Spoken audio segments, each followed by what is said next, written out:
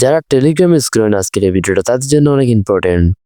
কারণ ভিডিওতে আমরা দেখিয়েছি কিভাবে আপনি যদি টেলিগ্রাম ব্যবহার করেন, আপনাকে যদি কেউ এসএমএস সেন্ড করে তাহলে আপনি যদি এসএমএসটা সেন্ড করেন সে বুঝতে পারবে না, এবং আপনি কখন লাস্ট অনলাইনে আসছেন সে কিন্তু বুঝতে পারবেন না। তো কিভাবে করবেন দেখে নিন।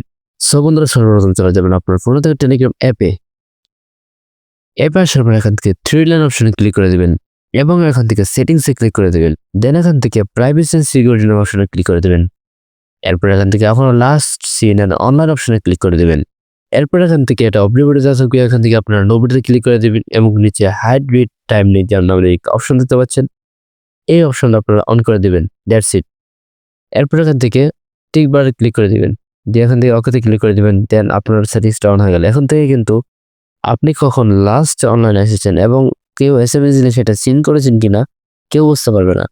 বিষয়টা ইন্টারেস্টিং না? এরকম ইন্টারেস্টিং নতুন নতুন ভিডিও আছে আমার চ্যানেলে। যদি আপনাদের ভালো লাগে অবশ্যই চ্যানেলটা সাবস্ক্রাইব করে পাশে থাকতে পারেন। ধন্যবাদ।